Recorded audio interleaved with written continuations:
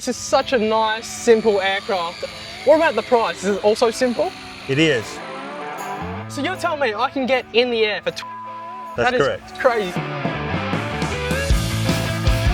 All right, Brad, so what aircraft do we have behind us?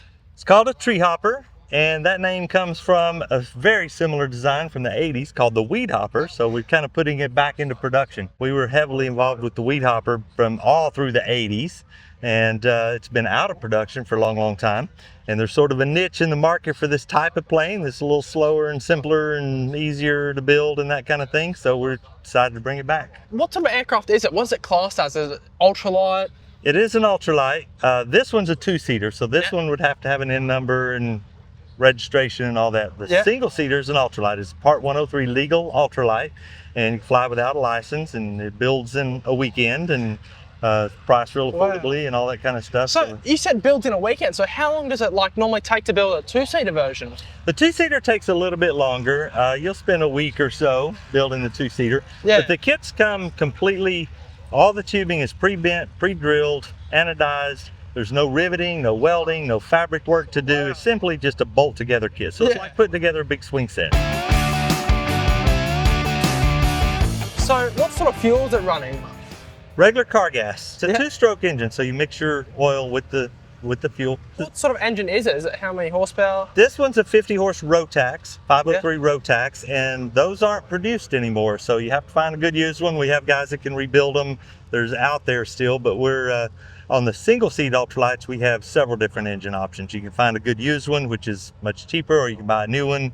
Polini or Simonini or Hertz, or there's different engines out there that we're going to be looking at, but we're brand new, so some of those questions are still yet to be answered. We're kind of a work in progress here. What sort of speeds are we talking with an aircraft like this, and what's the range of it? The speeds are probably 50 at the most on the single seater. This one cruises around 55, but the single seater is more like 45. They stall down in the 20s, so they're real slow, have a very, very gentle stall speed. This wing is a very unique shaped wing. It's kind of pointed on the front. You can see the shape of it. So that's a little bit different. There's no ailerons. So it's a two-axis control. So it's super easy to fly. And the stall is super gentle on it. So it's real easy and forgiving to learn to fly. And what about the range? Like from one tank of gas on board, how far can it go? You've got about an hour's worth of fuel. So 45 miles maybe. They're not really made for going anywhere except up and around and having fun and coming back down. That's kind of how we use them. I have done some long cross countries in them, but I usually put an auxiliary fuel tank on for that. It looks very simple and easy to fly. So what about the safety aspect of it? How safe is it? This is one of the safest designs that's been out there. It's so easy to fly, so forgiving on the stall. And with the engine being in the front, a lot of airplanes, the pilot is in the front. So if you were to crash, you're the first one to the scene of the accident. Here, the engine's first, you're way back inside, more or less in a roll cage. They crash or land very, very slowly, so they're super safe in the event of a crash. It's one of the safest ones out. They've got an excellent safety record all through the years. What's the takeoff distance on something like this? The takeoff distance can vary widely depending on a couple of factors. One is the wind. If you have a headwind, that helps you get off a lot quicker.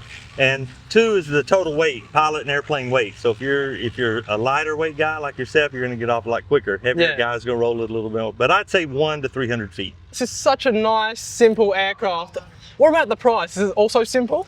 It is. That's part of the goal for this plane, is to fit a niche that nobody else is filling right now, which is easy to build, easy to fly, and also super affordable. So the single-seater frame only is starting at $99.95 show special, plus $2,500 for the wing sail set. So you're looking at about $13,000 for the full airframe minus the engines. And engines can be anything from really cheap, if you can find a good used one. We found some bargains on some good used engines that make it really affordable, or you can buy a brand new engine. You can spend $8,000 on a brand new engine if you want to. You're telling me I can get in the air for 25 grand? That's correct. Is crazy. So what about the ongoing costs, like the fuel, the maintenance?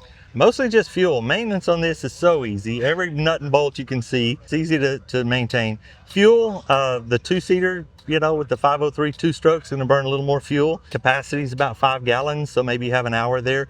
The single-seaters, hour and a half to closer to 2 hours range. But that's it, really. Just put fuel in and go fly. This is made to be affordable. So if people want to find a bit more about you guys, where do they find you? How do they contact you? How do they buy? We're at treehopperultralights.com. All right, thank you so much for the interview, and I hope to see you around. Yes, sir.